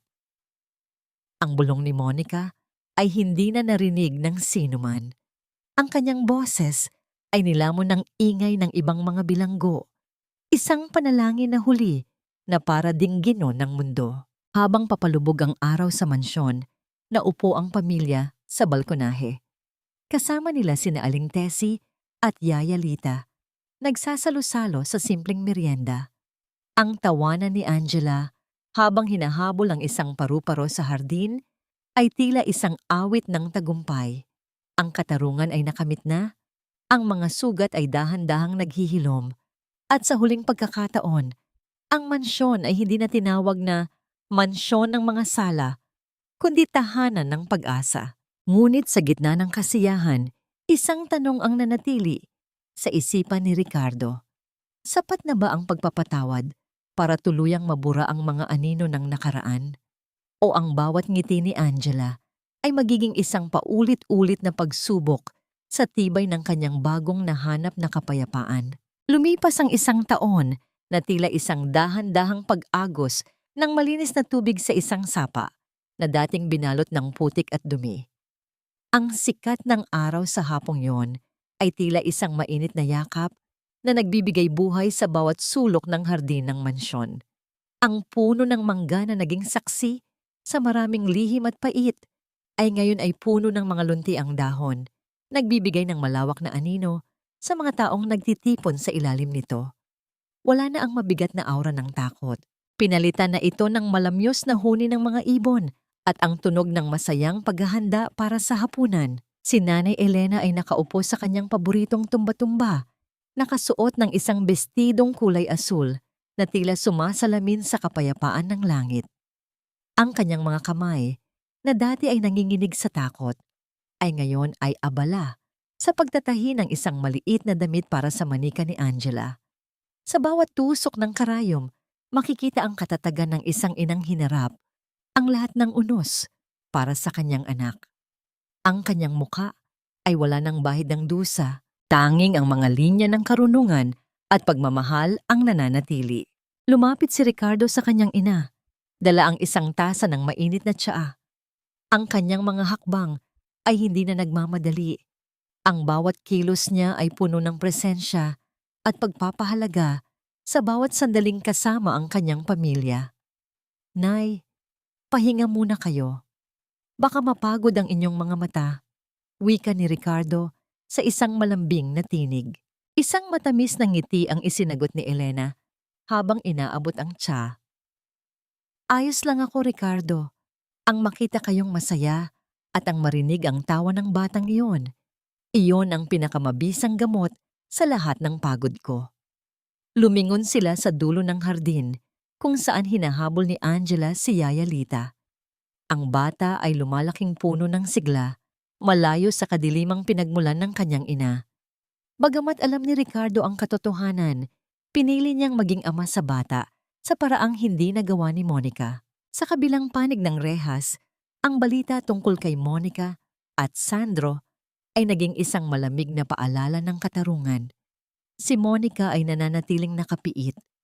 Ang kanyang kagandahan ay ti-unting kinain ng pagsisisi at kalungkutan. Ngunit para kina Ricardo at Elena, ang puot ay wala na sa kanilang mga puso. Ang pagpapatawad ay hindi nangangahulugang kinalimutan nila ang lahat, kundi pinili nilang huwag nang maging bilanggo ng nakaraan. Nakahanap sila ng kapayapaan Sa gitna ng katotohanan, isang kapayapaang hindi mabibili ng anumang yaman. Natutunan ni Ricardo na ang tunay na tagumpay ay hindi nasusukat sa laki ng kumpanya o sa dami ng pera sa bangko, kundi sa tibay ng ugnayan sa loob ng tahanan. Ang pagmamahal ng isang ina ay ang pundasyong hindi kailanman magigiba, at ang katapatan ay ang tanging daan patungo sa tunay na kaligayahan. Ang bawat sugat na natamo nila ay naging bahagi ng kanilang kasaysayan, mga peklat na nagpapaalala na matapos ang pinakamahabang gabi, palaging may bukang liwayway na naghihintay. Habang lumulubog ang araw, nagtipon ang lahat sa mesa para sa hapunan. Nagdasal sila ng magkakahawak kamay, isang tanikala ng pasasalamat at pag-asa. Ang mansyon, na dating tinawag na kulungan, ay isa na ngayong santuaryo. Ang kwento ng pamilyang ito ay nagsisilbing aral na ang kasamaan ay maaaring maghari ng pansamantala, ngunit ang pag-ibig at katarungan ang palaging may huling salita. Sa huling sulyap ni Elena, sa larawan ng kanyang asawa sa dingding, tila nakita niya itong nakangiti. Isang pagpapatunay na ang lahat ay nasa ayos na at ang kanilang diwa ay mananatiling buhay sa bawat bagong umagang darating.